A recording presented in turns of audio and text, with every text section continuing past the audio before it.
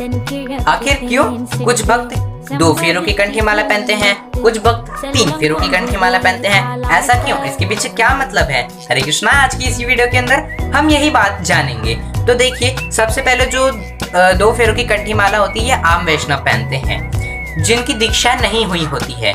तो एक फेरा जो होता है वो हमारे ठाकुर जी को रिप्रेजेंट करता है, श्री कृष्ण को रिप्रेजेंट करता है, श्री राम को रिप्रेजेंट करता है।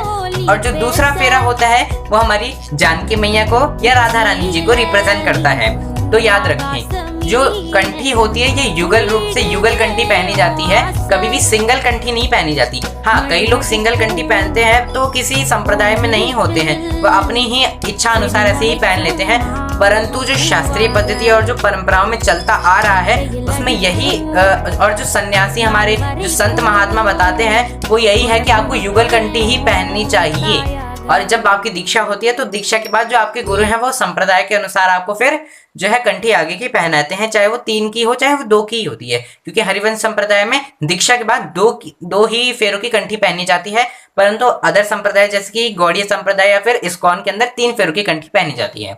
और अगर आप 1 फेरे की कंठी पहनते हैं तो उसकी कहीं भी मान्यता नहीं बताई जाती है। और तो और कंठी का अर्थ ही वही होता है जो कंठ पे विराजमान रहती हैं। याद रखें, जो कंठ पे रहती हैं। अगर कंठी आपकी नीचे तक वक्ष स्थल तक जा रही है, छाती के पास तक जा रही है, तो ऐसा नहीं होना चाहिए। क्योंकि कंठी की शुद्धता और सुरक्षा बनाए रखनी चाहिए, क्योंकि कंठी हमारी सुरक्षा करती है। तो यदि स्नान करेंगे आप और कंठी वक्ष स्थल तक जा रही है तो उसके खंडित होने के ज्यादा चांसेस होते हैं। इसलिए कंठ पर इस प्रकार से विराजमान करनी चाहिए। तो इस प्रकार से ही आपको कंठी पहननी चाहिए।